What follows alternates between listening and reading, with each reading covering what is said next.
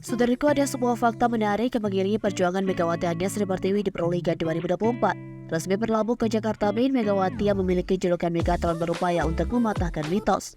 Yap, sejak debut di ajang Proliga edisi 2017 hingga musim lalu memperkuat Jakarta Pertamina Vestron, Megawati Agnes bisa dibilang kurang hoki.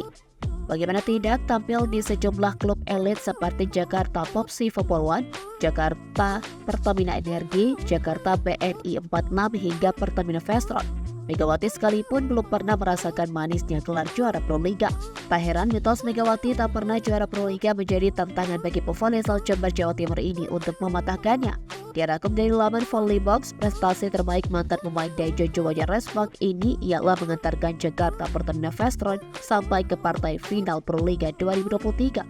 Hanya saja di perebutan gelar juara Proliga 2023. Di voli putri besutan BUMN ini takluk dari Bandung BCB Tanda Mata yang kala itu memang dihuni banyak pemain bintang. Megawati bisa dibilang merupakan opposite terbaik yang dimiliki timnas voli putri Indonesia saat ini. Dia menjadi satu-satunya pevoli putri yang memiliki CV abroad alias berkarir di luar negeri.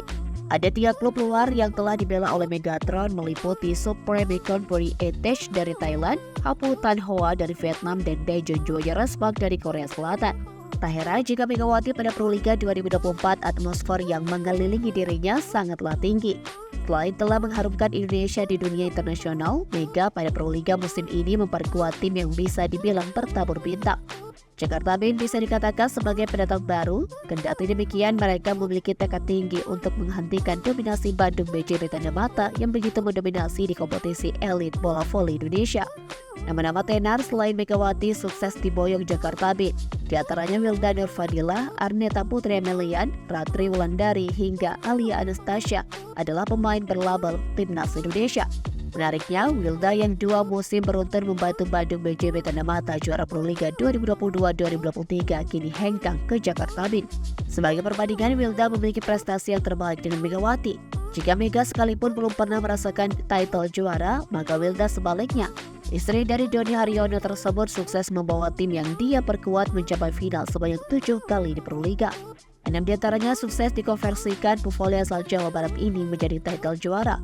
Wilda bak menjadi jimat bagi setiap tim yang dia perkuat karena tradisinya yang konsisten mencapai laga final di setiap gelaran Proliga.